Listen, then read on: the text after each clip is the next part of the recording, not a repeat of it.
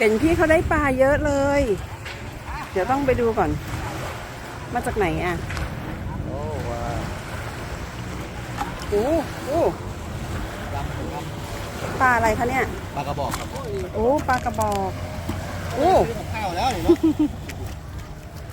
หาปลาจริงโอ้ข้าวมันช่วง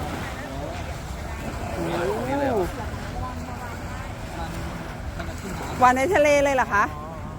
หวานกลางทะเลเลยเหรออ๋อเดี๋ยวพี่เขาจะหวานอีกรอบหนึ่งหรือเปล่า เรียกปลาอะไรครับปลากระบอก ไปละ